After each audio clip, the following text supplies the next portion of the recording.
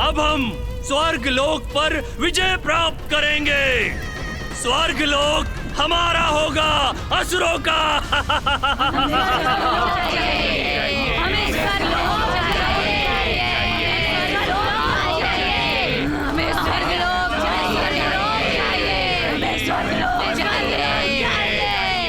असुर सम्राट, ये लोग भले ही युद्ध के लिए लालायित हैं, किंतु क्या इनमें इतनी शक्ति है? देखिए कितने क्षीण हो चुके हैं ये।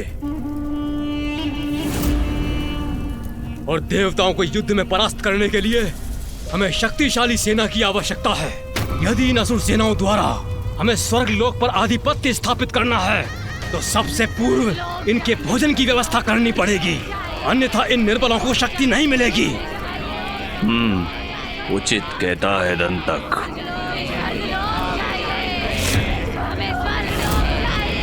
असुरों, आज से नवीन नियम लागू होगा यहाँ।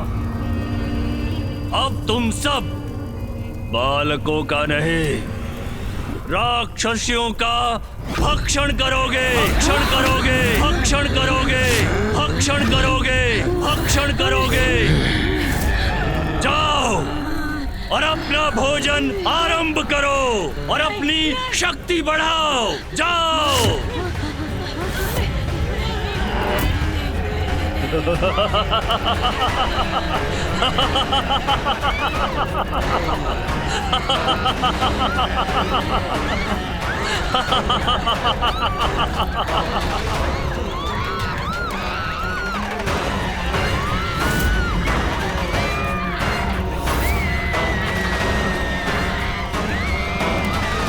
असुर स्त्रियों का भक्षण, ऐसा आदेश क्यों दिया सम्राट?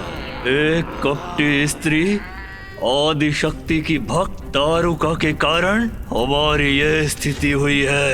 ये कदापि मत भूलो बाबूज। वो स्वयं तो चली गई यहाँ से, किंतु हमें हमारी दुर्दशा के लिए यहाँ पीछे छोड़ गई। हमारी दुर्बलता है ये राक्षसियाँ, भूल जाएंगी आदि शक्ति की भक्ति करना। और वैसे भी अब हमें इनकी कोई आवश्यकता नहीं है, क्योंकि स्वर्ग की अप्सराएं हमारी प्रतीक्षा जो कर रही है।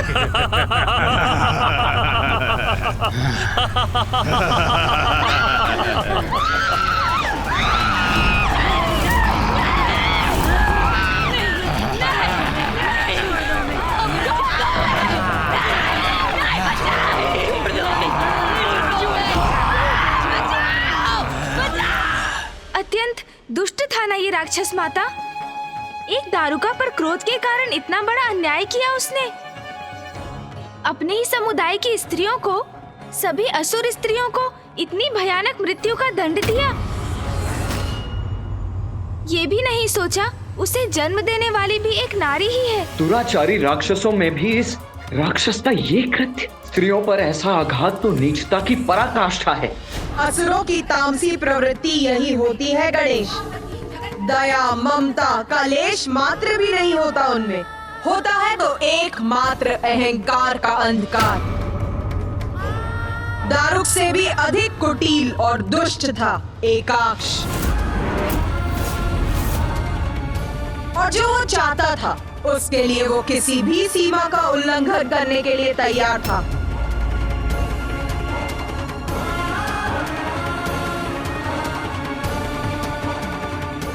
और फिर जो उसे चाहिए था वो उसने प्राप्त कर ही लिया। अर्थात एकाक्ष अपने राक्षसों की सेना लेकर स्वर्ग पहुंचा, जिसके कारण ऐसा भूकंपन हुआ कि स्वर्ग ही कंपित हो उठा। देवसभा सभी महत्वपूर्ण विषयों पर विचार कर चुकी है और अन्य समाचार भी संतोषजनक है। पृथ्वी पर संतुलन शांतिपूर्वक स्थापित है। ऋषिगण, स्त्रियां, मनुष्य सभी सुरक्षित हैं और असुरों ने अन्य जीवों के साथ शांतिपूर्वक जीवन व्यतीत करना सीख ही लिया। मैं सहमत हूं इंद्रदेव। दारुक के आतंक के पश्चात पृथ्वी पर शांति के लिए हम निरंतर दृष्टि बनाए हुए हैं। वहां सर्वत्र शांति है।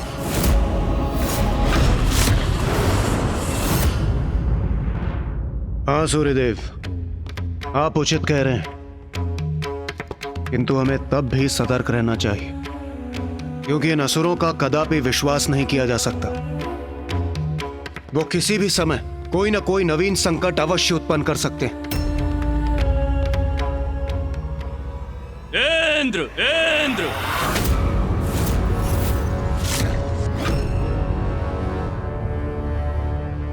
इसका स्वर था ये। स्वर्गलोक का कोई भी वासी मुझे इस प्रकार नहीं पुकार सकता। तो फिर कौन है ये?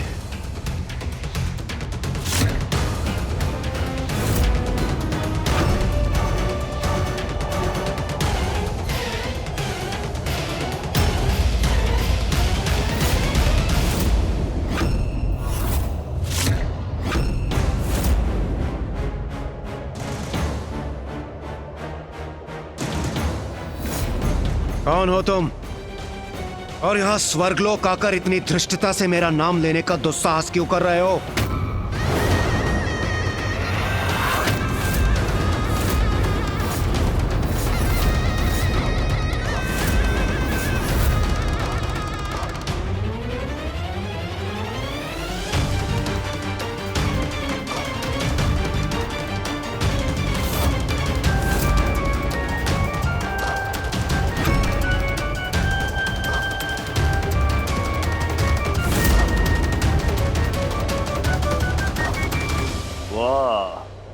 उत्तम, अति उत्तम।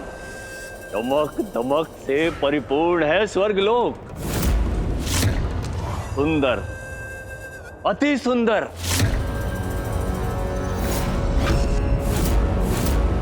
बहुत सुना था स्वर्गलोक संपन्न है, समृद्ध है, और आज अपने इस एकमात्र नेत्र से देख भी लिया।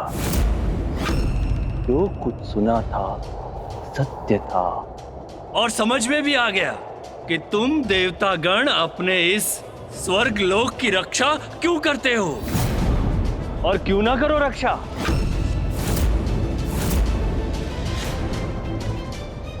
ये दुष्ट क्यों आया है यहाँ?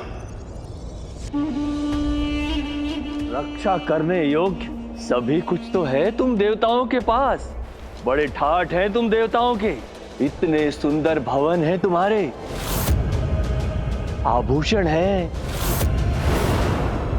रेशमी वस्त्र है, और शीश पर धारण करने हेतु इतने सुंदर सुंदर मुकुट हैं। स्वादिष्ट भोजन उपलब्ध है यहाँ, और वो जिनसे मैं और मेरे असुर सर्वाधिक मुग्ध है, और वो अनेकों अद्भुत सुंदरियां हैं।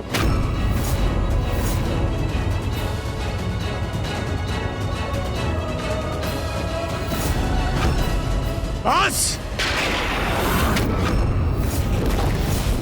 अब ना एक भी शब्द कहना और ना ही एक भी पग आगे बढ़ाना, अन्यथा इसका भीषण परिणाम भुगतना होगा तुम्हें।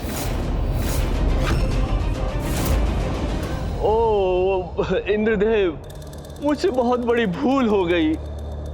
क्या करता, तुम्हारा ये सुंदर लोक देखकर सब कुछ स्वयं मेरे मुख से निकलता ही चला गया।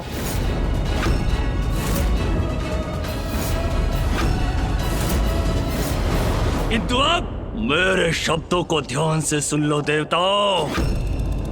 अब तुम्हारे गीदड़ भभकी से भयभीत नहीं होऊंगा मैं, कदापि नहीं। परिणाम तो अब तुम्हारा अच्छा नहीं होगा इंद्रदेव,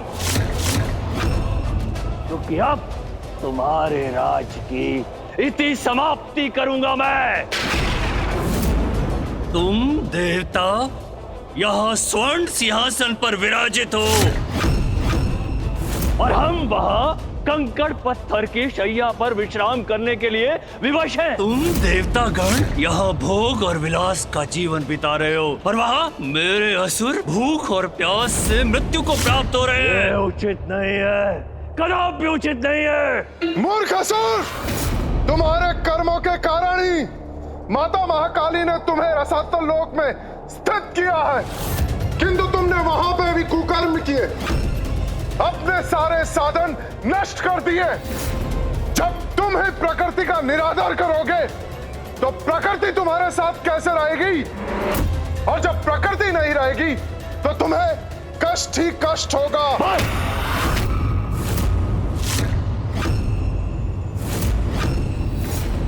प्रवचन बंद करो अपना सूर्यदेव। उधर भरा है, इसलिए मुख से ज्ञान फूट रहा है,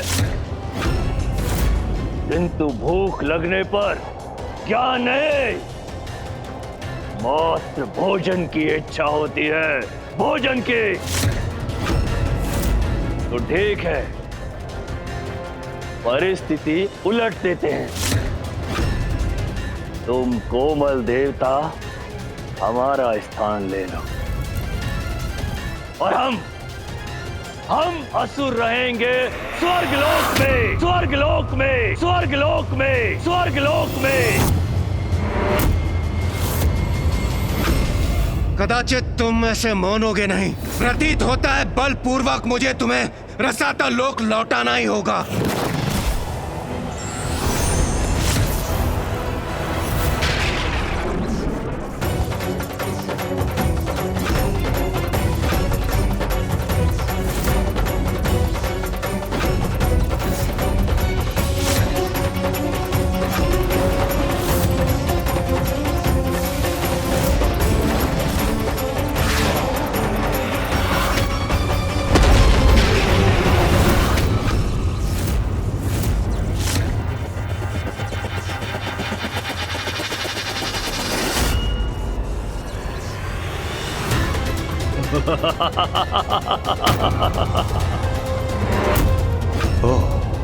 अर्थात यह असुर एकाकी नहीं है। मेरे योद्धाओं और उनके अस्त्रों के समक्ष तुम शक्तिहीन हो इंद्रदेव, शक्तिहीन।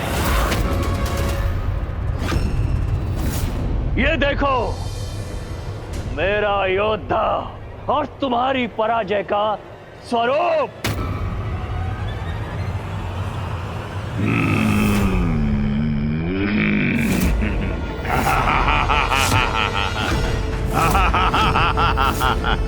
और दूसरा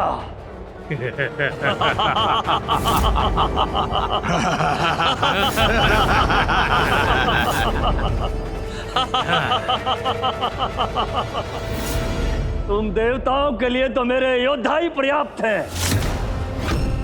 किंतु चिंता मत करो, ये तुम्हें अधिक कष्ट नहीं देंगे। बस बस, बहुत बोल चुके तुम, अब और नहीं।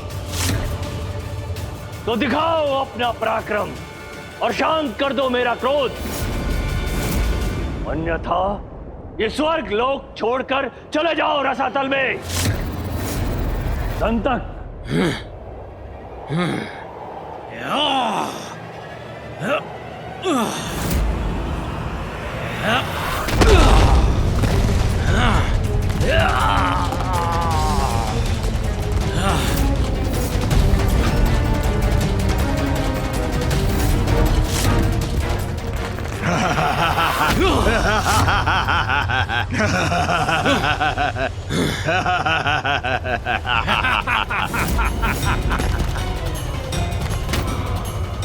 कदाचित थोड़ा कष्ट तो तुम्हें देना ही चाहिए इंद्रदेव। तुम्हें कष्ट देने के सुख से मैं कैसे वंचित रह सकता हूँ?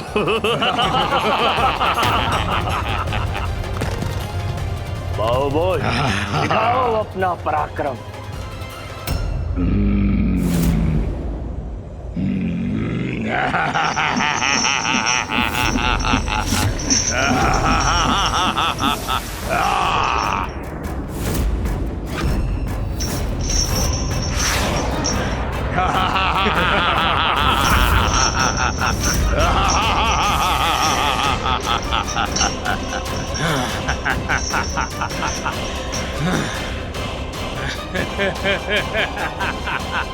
तुम दुष्ट असुर, शीघ्र अंत करूंगा मैं तुम्हारा।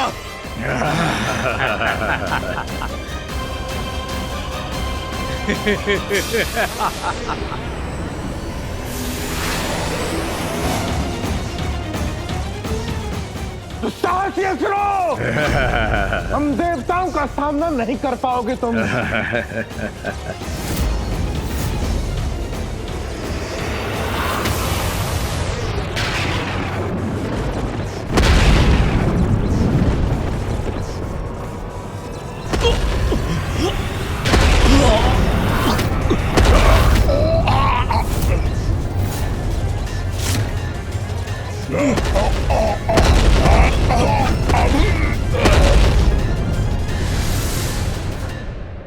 इंद्र, तुम कितने भी प्रयास क्यों ना कर लो, मुझे आगे बढ़ने से कदापि नहीं रोक पाओगे, कदापि नहीं। स्वर्ग पर आक्रमण करने की तुम्हारी उद्दंडता का दंड मैं तुम्हें अवश्य दूंगा दुष्ट असुर।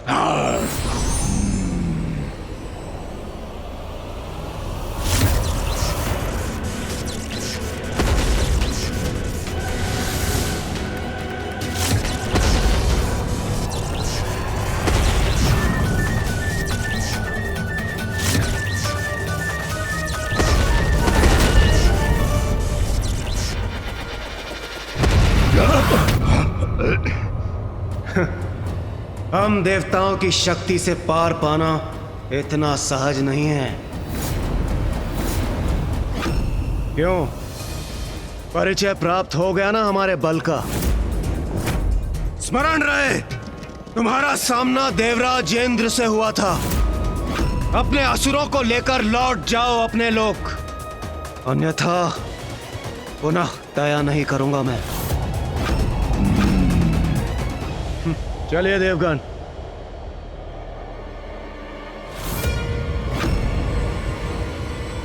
देवराज, देवराज, देवराज।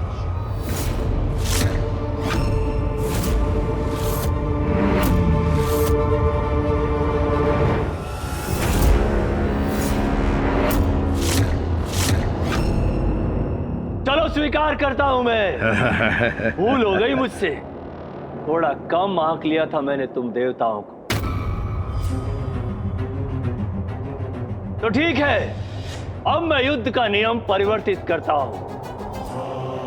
अब एक देवता और एक असुर में युद्ध नहीं होगा।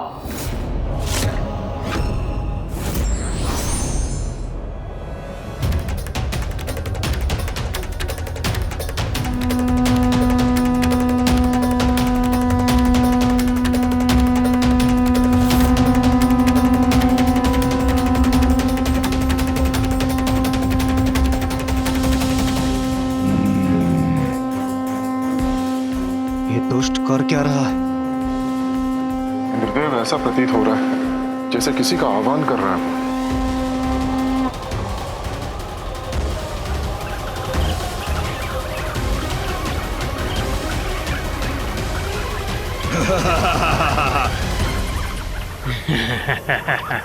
अब ये ध्वनि कैसी है?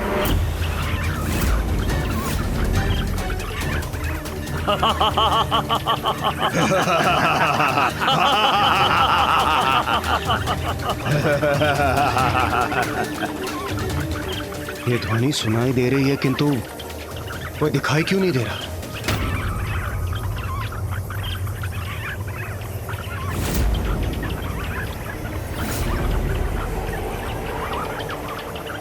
ये क्या है हमारे समक्ष?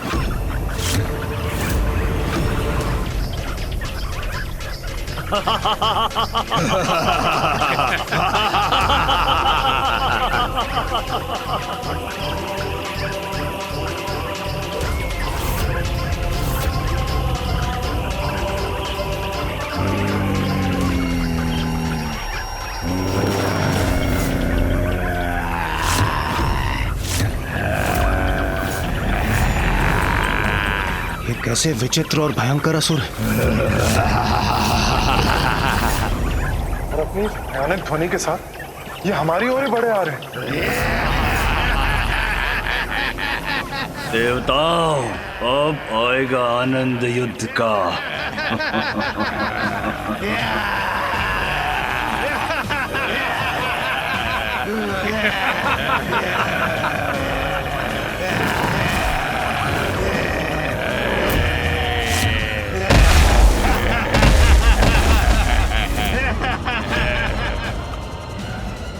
क्यों देवताओं, कैसा लगा मेरा उपहार? स्वर्ग लोक आया हूँ, असुर हूँ, किंतु कुछ नियम मैं भी जानता हूँ, इसलिए अपने अनुसार उचित उपहार लाया हूँ तुम सभी के लिए।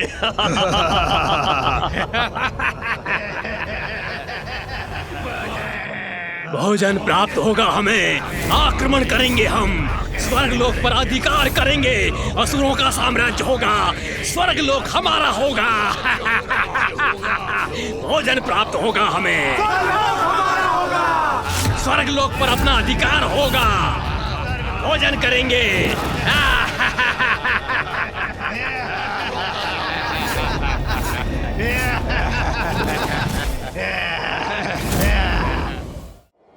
इस असुर समूह का क्या करें?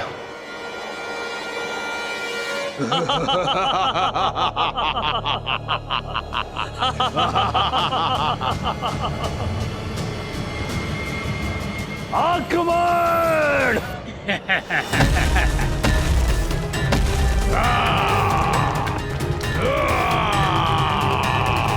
देवगण, अपने अपने अस्त्रों का आवाहन कीजिए और नष्ट कर दीजिए इन दुष्टों को।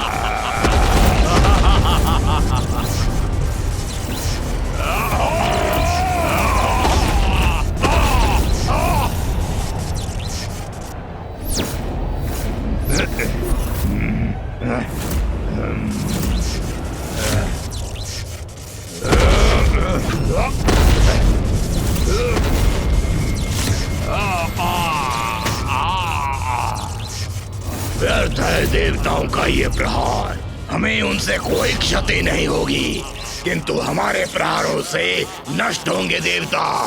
देवगण, और शक्तिशाली प्रहार कीजिए इन पर।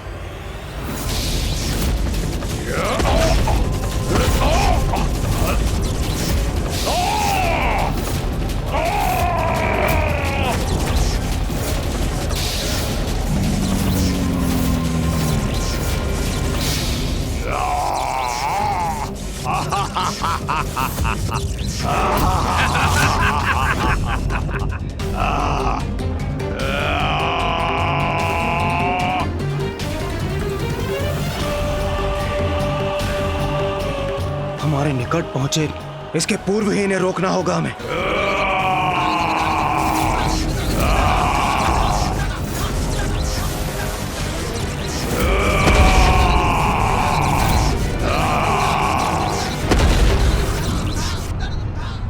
मैं सूर्यदेव तुम्हें अपनी ऊर्जा से भस्म कर दूंगा। संकट विकट है, ये असुर तो असंख्य है, इन्हें कहां तक नष्ट करेंगे हम? सूर्यदेव, अग्निदेव, वरुण देव, वायुदेव सभी घिरे हुए हैं। ये दुष्ट कुछ नष्ट होते हैं तो उनसे अनेक गुना अधिक उत्पन्न भी हो जाते हैं।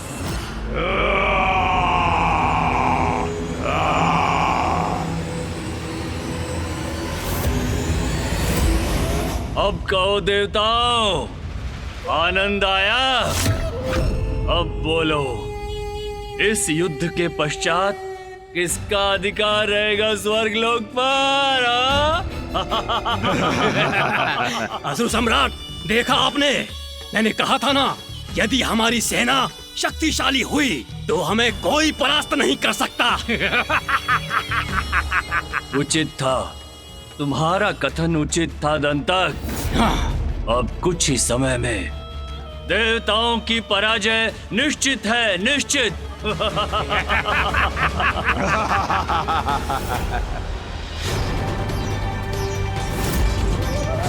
उन असुरों से युद्ध के लिए देव सेना भी प्रकट हुई, किंतु उनके सभी प्रयास व्यर्थ हो गए, क्योंकि देवता और उनकी सेना नहीं टिक सकी उन दुष्ट असुरों के समक्ष।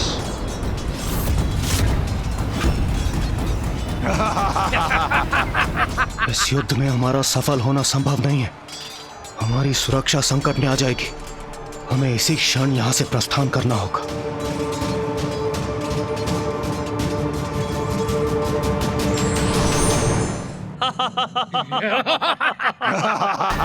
मुझे ज्ञात था यही होगा, यही। भाग गए सभी भीरू देवता, ज्ञात था मुझे। विजयी होंगे हम। स्वर्ग लोक पर अब हमारा, हम असुरों का अधिकार होगा, हम असुरों का। आप सभी देवता स्वर्गलोक असुरक्षित छोड़कर चले गए। उस समय हम निरुपाय हो गए थे प्रथम पूज्य गणेश जी। उन असंख्य रक्त पिपासु कीट असुरों के समक्ष लाचार थे हम, और स्थिति हमारे नियंत्रण के बाहर हो चुकी थी।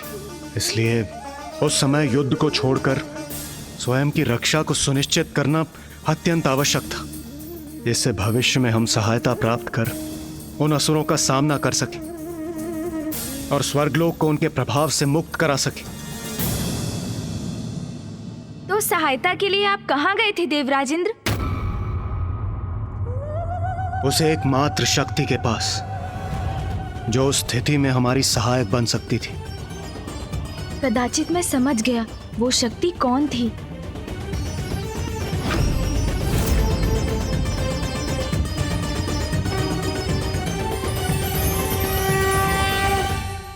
जब जब संसार में पाप की अति होती, मैं अपने भक्तों की रक्षा के लिए अवश्य प्रकट होती। ये निश्चित, पाप और पापियों का सर्वनाश अवश्य होगा।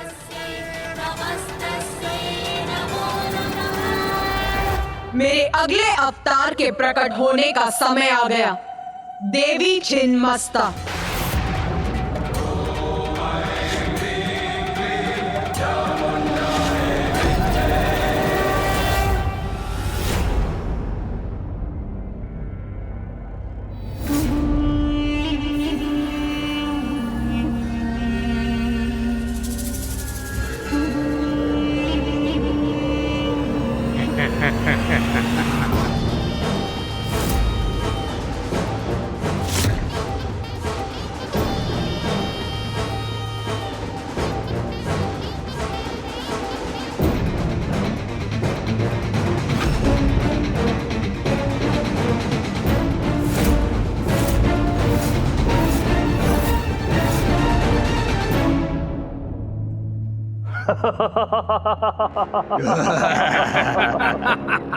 स्वर्ग लोक पर अब मेरा और मेरे असुरों का अधिकार है, मेरा।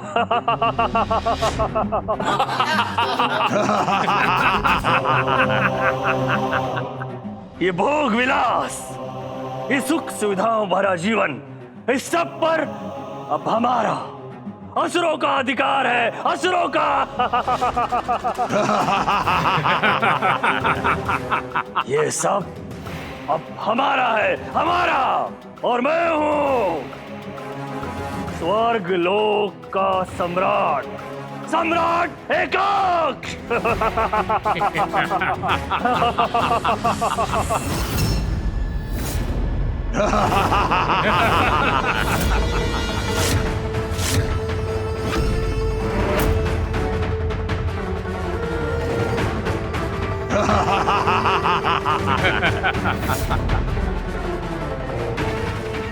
ये सब अब हमारा है, हमारा।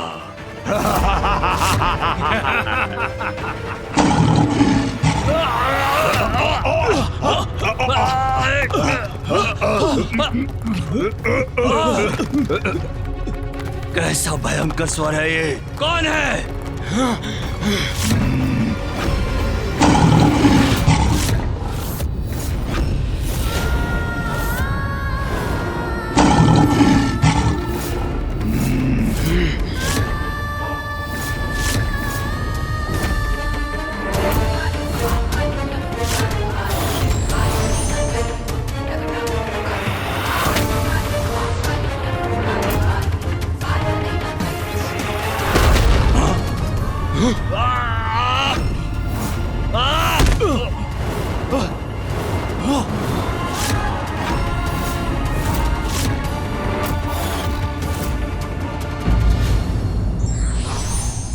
दुष्ट प्रवृत्ति वाले व्यक्ति की कोई भी मनोकामना कभी पूर्ण नहीं हो सकती, चाहे वो कितना भी प्रयास कर ले।